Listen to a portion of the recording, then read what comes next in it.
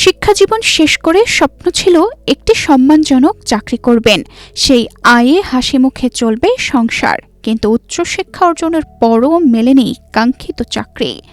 শেষ পর্যন্ত জীবিকার তাগিদে বরিশাল নগরীর অলিতে গলিতে ঘুরে গ্যাস বেলুন বিক্রি করেই চলছে আনিসুর রহমানের জীবন সংগ্রাম। ঝালকাঠির কাঠালিয়া উপজেলার তালগাছিয়া গ্রামের সন্তান আনিসুর রহমান বর্তমানে বরিশাল নগরীর কাজীপাড়া এলাকায় বসবাস করেন।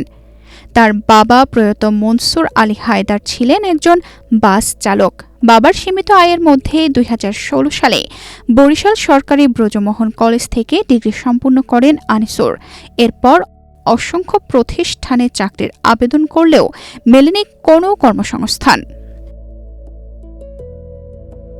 ২০১৯ সালে বাবার মৃত্যুর পর পরিবারের পুরো দায়িত্ব এসে পড়ে তার কাঁধে। রূপায়ণ lake castle, welcome to the land of piece. বৃদ্ধা মা, স্ত্রী ও এক সন্তানকে নিয়ে ৪ সদস্যের সংসার চালাতে বাধ্য হয়ে বেলুন বিক্রির পেশা বেছে নেন তিনি।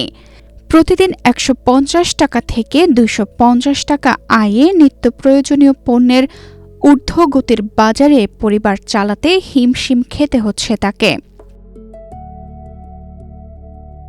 আনিসুর দীর্ঘদিন ধরে বিএনপির রাজনীতির সঙ্গেও সম্পৃক্ত ছিলেন। ছাত্রজীবনে তিনি ছাত্রদলের দপ্তর সম্পাদক এবং পরে শ্রমিক দলের রাজনীতিতে সক্রিয় ছিলেন। তার দাবি, রাজনৈতিক কর্মসূচিতে অংশ নিতে গিয়ে পুলিশি নির্যাতনেরও শিকার হয়েছেন। তবে এখন রাজনৈতিক পরিচয়ের চেয়ে পরিবারের দায়িত্বই তার কাছে বড়। তিনি চান একটি সম্মানজনক চাকরি, যাতে পরিবারের সদস্যদের নিয়ে স্বাভাবিকভাবে জীবন যাপন করতে পারেন। আমি মাননীয় প্রধানমন্ত্রীকে বলতে চাই, আমি ১৭ বছর বিএনপির সাথে রাজনীতি জড়িত। আমি আন্দোলন সংগ্রামে সবসময় ২০ নং ওয়ার্ডে অংশগ্রহণ করেছি। সবাই আমাকে চেনে। আমি আনিসুর রহমান। আমি খুব অসহায়।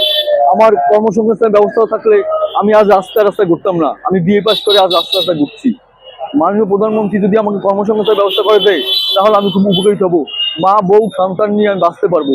আমি মাননীয় প্রধানমন্ত্রীর কাছে আমার একটি দাবি, আমাকে এটা কর্মসংস্থানের ব্যবস্থা করে দেয়। আমি খুব গরিব এবং অসহায়। আমার চাওয়া একটি, প্রধানমন্ত্রী আমাকে এটা ব্যবস্থা করে দেয়। তিনি বরিশালের তারিখ আসছেন, তিনি যদি এটা শুনে আমাকে এটা ব্যবস্থা করে দেয়। আমি আমি আমি তার কাছে হাজার হাজার সালাম। আমাকে আমি খুব কষ্টে আছি। আমি বলার মতো আমার নেই। ১৩ জুলাই বরিশালে বিএনপির ভারপ্রাপ্ত চেয়ারম্যান তারেক রহমানের সফরকে ঘিরে আনিসুরের একটাই প্রত্যাশা, একটি সম্মানজনক কর্মসংস্থানের সুযোগ।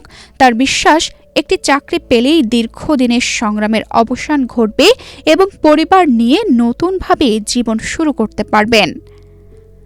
তানজিদা রহমান, ইনায়া, বাংলাদেশ প্রতিদিন।